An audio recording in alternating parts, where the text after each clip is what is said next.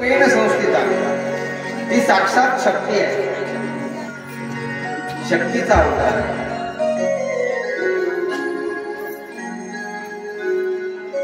आपला विषय कशावरून चालला होता? कालिका माता.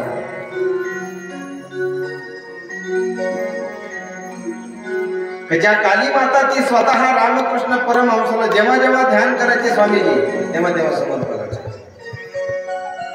स्वामीजींनी प्रश्न केला, म्हटले गुरुदेव, कालिका माता तुमच्या बरोबर संभाषण करतात, बोलतात, सगळं करतात, मग स्वामी रामकृष्ण परमहंसांना कॅन्सर चालला, मग तुमचा कॅन्सर त्या बरा का करत नाहीये? तुम्ही जर त्यांना सांगितलं तर एका क्षणात ते काय करू शकत नाही. होता कृपा तुमची पशु बोले वेद, निर्जीव झाले भिंत महिमा आराध.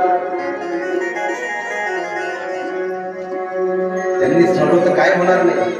स्वामी रामकृष्ण परमहंसाने जे उत्तर दिलं ते नीट ऐका. स्वामीजी म्हटले की जर कधी मी तिला सांगण्याची गरज नाही, माझी आई आहे. लेकराचं दुःख आईला सांगावं लागत नाही, आईला बरोबर कळतं. बाळाचं पोट दुखायला लागलं तरी आईला बरोबर कळतं, त्याला बोलता येत नसतो तरी. काय नवले मला, अहो आईच्या गर्भात असतं ती बाळ, त्याचं जरी पोट दुखायला लागलं, डोकं दुखायला लागलं तरी सुद्धा आईचं डोकं दुखायला लागलं, पोट दुखायला लागलं, आईला बरोबर कळतं. स्वामीजी म्हटले माझ्या आईला कळत नाही का? तिला सगळं कळतं महाराज, ती जाणती, सर्व जाणते, ती सर्वज्ञ आहे. परंतु हा भोग मी जर आत्ता टाळला तर पुन्हा कोणत्या तरी जन्मात मला तो भोग भोगावाच लागणार आहे. त्याच्यापेक्षा भोग भोगून संपवावा. जसं देवाने ठेवलं तसं राहावं.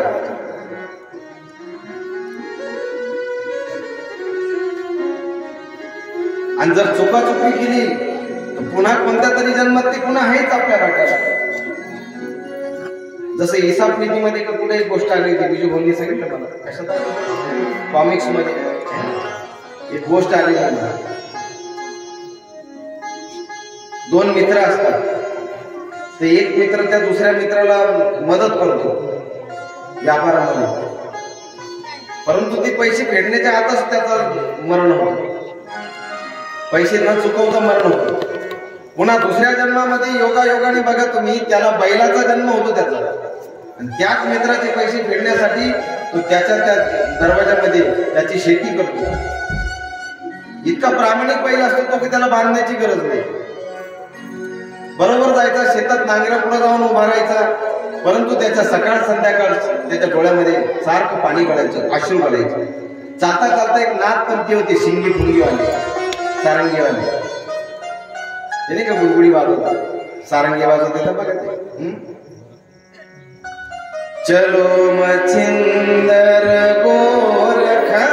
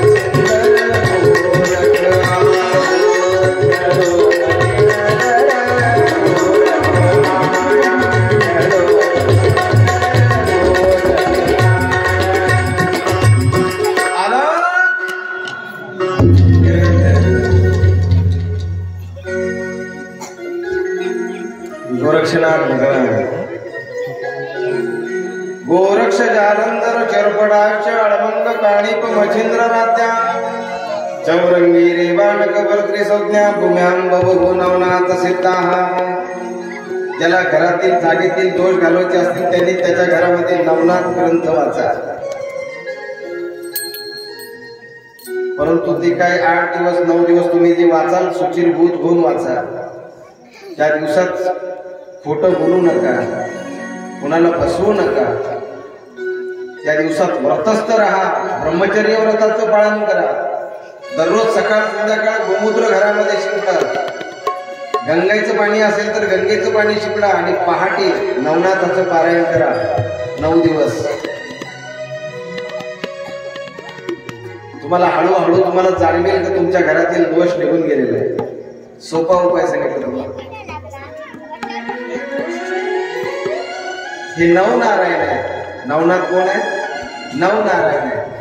श्रीमद भागवताच्या शेवट नवनारायणाची कथा आहे. वेळ मिळाला तर तुम्हाला सांगण्याचा प्रयत्न केला.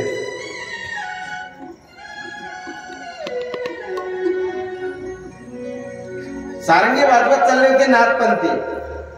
त्यांनी त्या बैलाकडे पाहिलं, डोळ्यातून अश्रू भरत होते. आणि त्या बैलाकडे पाहिल्यानंतर त्यांच्या लक्षात आलं की हा गेल्या जन्माचा याचाच मित्र आहे. आणि मग त्या मित्राला सांगितलं की अरे बाबा, हा बैल हो म्हणे माझा बांधला का नाही, त्याला बांधायची गरज नाही, तो माझं घर सोडून कुठं जात नाही. इथून निघाला की शेतावर जातो, प्रामाणिकपणे काम करतो, पुन्हा शेतातून बरोबर घरात घरी. ती सारंगी वाजवता वाजवता त्याच्याकडे पाहून सांगत होती वा. मग त्या शेतकऱ्याला, त्या मित्राला ते म्हटले, तुला ओळखू आलं का हा कोण आहे? अहो म्हणे मी तुम्हाला त्याच्यासाठीच थांबवलंय की त्याच्या डोळ्यातून सारखे पाणी गळतंय, सारखे अश्रू गळतंय. काय कारण आहे मला काही कळत नाही, तुम्हाला कळत असेल बाबाजी सांगा. ती बाबाजी बोलायला लागली. म्हटले अरे हा गेल्या जन्मातला तुझा मित्र आहे. तुझ्याकडनं यांनी पैसे घेतले, परंतु ते पैसे फेडण्याच्या आतमध्ये याला मरण आलं. परिणाम बैल बनून त्याला या जन्मामध्ये तुझ्याकडच्या पैशाची फेड करण्यासाठी तू पुन्हा तुझ्या दारात बैल होऊन आला. थोडे दिवस तुझे पैसे शिल्लक राहिले, आता तुझी परतफेड झाली तर तू ह्या बैलाची योनी टाकणार आहे, तुझ्याच दारात तो मरणार आहे. आणि असं त्या मित्राने ऐकल्यानंतर त्या मित्राला अश्रू अनावर झाले. पळत पळत गेला, त्या बैलाच्या गळ्यात पडून रडायला लागला. कोण तो मित्रा? अरे घेतलेल्या कर्जासाठी तू माझ्याकडे बैल म्हणून आलास.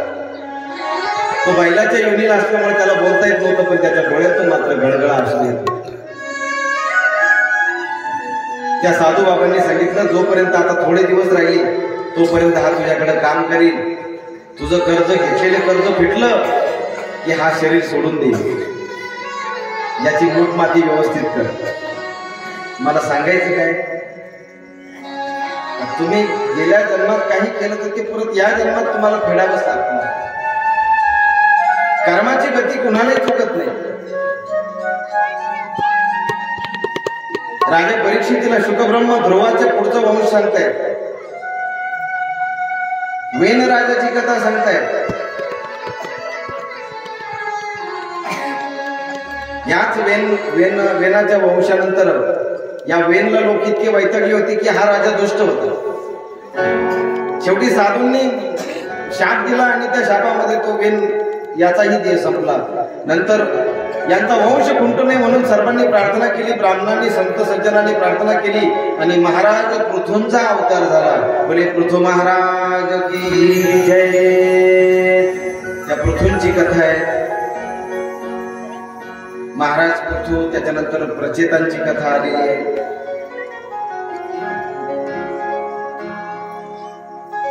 श्रीमद भागवतामध्ये सगळ्याच कथा सर आपण सांगत गेलो तर तेवढा वेळ आपल्याला बोलत नाही. त्याच्यामुळे थोडक्यात आपल्याला धावत्या वेगात पुढे चालवावं लागतंय. राजा परीक्षिती म्हणतोय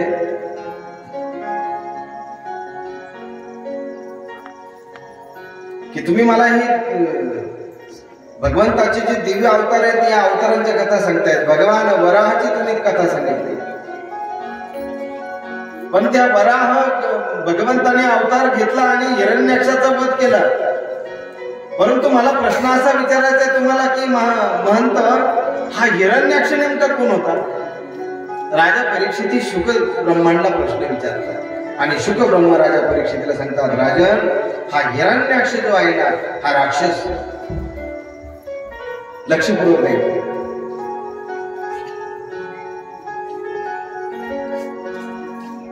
हा हिरण्याक्ष पूर्वी राक्षस नव्हता, तो राक्षस झाला. कसा झाला तो राक्षस? शुकब्रह्म कथा सांगताय, लक्षपूर्वक आहे. राजन, एकदा सनकादिक ऋषी भगवान नारायणाला भेटण्यासाठी आले, भगवंताच्या दर्शनासाठी आले. सनकादिक म्हणजे मी काल सांगितलं तुम्हाला, जे लहान मुलांसारखेच आहे, जे मोठे झालेच नाही, ब्रह्मदेवाचे पुत्र. पण सृष्टी तयार करायची म्हटल्यावर त्यांनी नाही सांगितलं. ते म्हटले आमच्याच्याने हे होणार नाही, मग आम्ही लग्न करणार नाही, ब्रह्मचारी राहून भगवंताचं भजन करू. कारण देवी दिला देह भजना कोमटा, दया झाला फाटा बाधिकेचा. आम्हाला बाधा नाही करायची त्याच्यामध्ये, आम्हाला भजन करायचे, भगवंताचे गुणानुवाद गायचे. ते सनकादिक ज्यांना मनात येईल त्यावेळेस भगवंत दर्शन देतो. आज सनकादिक भगवंताच्या दर्शनासाठी आलेले आहे. आणि भगवंताच्या दर्शनाला आल्यानंतर भगवंताच्या दरवाजामध्ये जे द्वारपाल होते जय आणि विजय यांनी अडवलं. आणि यांनी अडवल्यानंतर सनकादिकांना राग आला आणि सनकादिकांनी शाप दिला. साधू संत तुम्हाला कळत नाही, ऋषी मुनी कळत नाही, तपस्वी कळत नाही, कोणीच कळत नाही. देवाच्या दर्शनासाठी आमच्या संख्याला परवानगी कशाला पाहिजे? आम्हाला अडवलं, आमचा अपमान केला, आमच्याशी उर्मटपणे वागलात ना, 3 जन्म राक्षस व्हाल. किती जन्म? 3 जन्म राक्षस व्हाल. जय आणि विजयाने हात जोडले सनकादिकांना.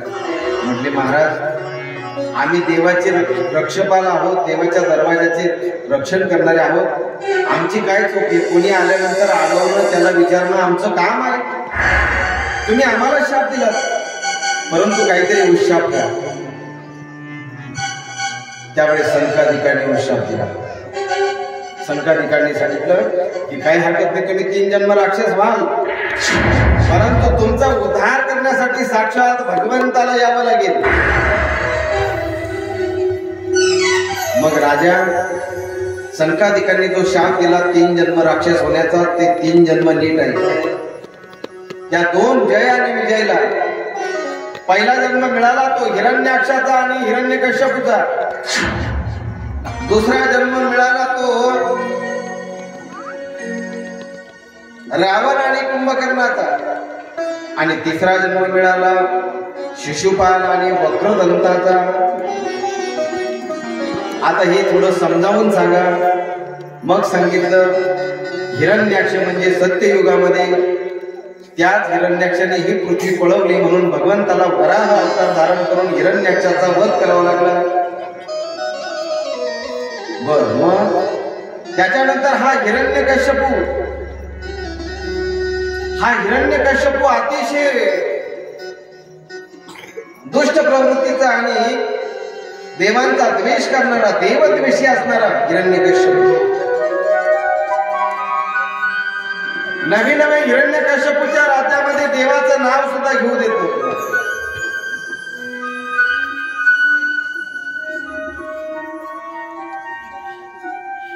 नाव घेऊन देवाचे हे ब्रीद हिरण्यकश्यपूचे. नाव घेऊन देवाचे हे ब्रीद हिरण्यकश्यपूचे.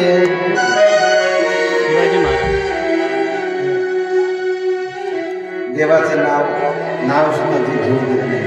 विपरीत गुणाचा हिरण्यकश्यप. आपल्याला भगवान नरसिंहाचं प्रागट्य पाहिजे, प्रल्हादजी पाहिजे, नारदजी पाहिजे, परंतु त्याआधी आपल्याला छत्रपती शिवाजी महाराज पाहिजे. कारण झाकी तयार आहे, त्याच्यामुळे आपण छत्रपती शिवरायांचे एक गीत सादर करणार आहोत. तत्पूर्वी छत्रपती येईपर्यंत तुम्हाला राजा जडभरताचं चरित्र सांगतो, थोडक्यात सांगतो ऐका. भरतजींचं चरित्र. कोण भरतजी? ज्या भरतजीवरून आपल्या भारत देशाला नाव पडलं भारत, ते भरतजी त्रैलोक्याचे राजे होते. परंतु महाराज साधू संतांचा उपदेश ध्यानात आला आणि महत्व कळालं. ठराविक वय झाल्यानंतर केलं पाहिजे. म्हणून 51 50 होऊन गेलं. 51 म्हणजे आता वन 50 जा. माणसं 70चे होता तरी सुद्धा वनात जात नाही. भरताकडे काहीच कमी नव्हतं महाराज. 18 बार वनस्पती फुले फळी ओढती, 22 त्या कुखरणी नदी गंगा वाहती, ज्या घरी कुलश्रिया राज्य राणी व संपत्ती, हे सुख सांडोनिया कासा या वनसेनेती. 18 बार वनस्पती त्यांच्याकडे काहीच कमी नव्हतं. जड भरत राजा, आपलं भरत राजा. त्याच भरताने सगळं राज्य सोडलं आणि नेपाळमध्ये गंडकीच्या किनारी गेले. कुटी बांधली, झोपडी बांधली, तपश्चर्या करायला. नीट ऐका, तपश्चर्या एवढी सोपी नाही. बायका मुलं सोडले, राजा बायका सोडलं, सगळं सोडलं आणि गंडकीच्या किनारी गेले आणि तिथं कुटी बांधली, झोपडी बांधली. एक दिवस स्नान करायला गेले. एक गर्भीण असलेली हरिण पाणी प्यायला आली. तेवढ्या गडबडीमध्ये सिंहाची डरकाळी फोडली महाराज. सिंहाने गर्जना केली आणि सिंहाची गर्जना ऐकून ती गर्भीण असलेली हरिण घाबरली महाराज. हरणाची जात अतिशय घाबरट असते आणि ती घाबरली. तिच्या पोटात असलेला गर्भ आहे ना तो गंडकीमध्ये गळाला आणि गंडकीमध्ये गळाल्यानंतर खाली भरतजी स्नान करत. भरतजीने ते पाहिलं. अतिशय कोमल असणारं आणि अतिशय नवजात अगदी सुंदर दिसणार ते हरणाचं पिल्लू वाहत चाललं होतं. तो गर्भ तसाच त्यांनी झेलला आणि बाहेर घेऊन आले. त्याला पुसलं, त्याला झोपडीमध्ये घेऊन गेले. जणू काही ते हरणाचं पिल्लू सांगत होतं की माझा सांभाळ करा. आणि ती हरणाची आई सुद्धा पाण्यात ज्यावेळेस ती वाहत चालली होती त्यावेळेस तिच्या डोळ्यातून जो भाव होता तो भरतांनी टिपला. ती हरिण जणू काही सांगत होती भरताला, राजा माझ्या या मुलाचा सांभाळ. ते हरिण वाहून गेले. ते हरिण मरण पावली. त्या हरणाचं पिल्लू घेऊन राजा भरत कुटीमध्ये घेऊन आले. त्याचा सांभाळ करू लागले. हळूहळू त्या हरणामध्ये एवढा वेळ जायचा की त्या हरणामध्ये त्यांचा जीव गुंतला. परिणाम स्वरूप आयुष्य संपून गेलं. शेवटचा काळ आला आणि शेवटच्या क्षणी आजारी पडल्यानंतर त्यांना चिंता वाटू लागली, मी गेल्यानंतर या हरणाचं कसं होईल. आपण सुद्धा अशी चिंता करतो. तुम्ही ऐकताय ना रे, मी गेल्यावर हरणाचं कसं होईल, हरणाचं कसं होईल, हरणाचं कसं होईल असं म्हणता म्हणता भरताचा प्राण गेला. अंतिमती सगती. ज्या पद्धतीने तुमची शेवटची मती असेल त्या पद्धतीने पुढची गती होत असते. जड भरत राजा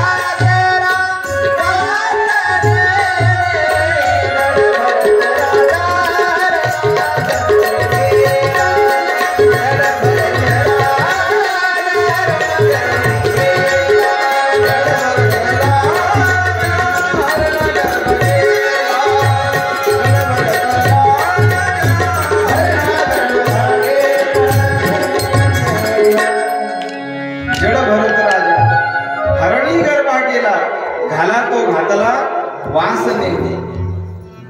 शेवटच्या क्षणी वासना शिल्लक ठेवू नका. ही वासना अशी कधीच पूर्ण होत नाही महाराज. एखादी वस्तू तुम्हाला जर खायला खूप आवडत असते ना, तुम्ही किती खाल्ली दुसऱ्या दिवशी परत ती इच्छा होते. ही इच्छा आहे, वासना आहे, ही मारली पाहिजे. ही इंद्रिय मोठी विचित्र आहेत महाराज. आपली शरीर म्हातारं झालं तरी सुद्धा इंद्रियांना वाटतं की आपण म्हातारे नाही झालो. त्यांना भान राहत नाही इंद्रियांना. म्हणून या इंद्रियांना लगाम लावा महाराज. इंद्रियांना काय करा, लगाम लावा. देखना इंद्रियों के न घोड़े बने, इस पे संयम के घोड़े लगाते चलो. कृष्ण गोविंद गोपाल गाते चलो, कृष्ण गोविंद गोपाल गाते चलो, गोविंद गोपाल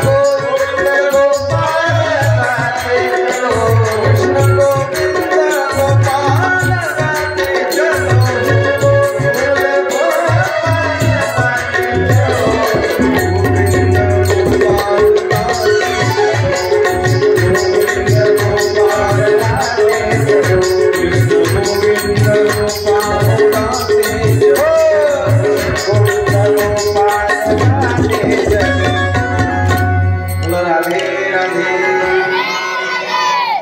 तुमचाच आवाज जोर राधे राधे तुम्ही पोलीस म्हणू नका हा? राधे राधे अजून राज थोडा. राधे राधे नाही नाही थोडा पाठीमागे राधे राधे काहीच नाही सोडली होती राधे राधे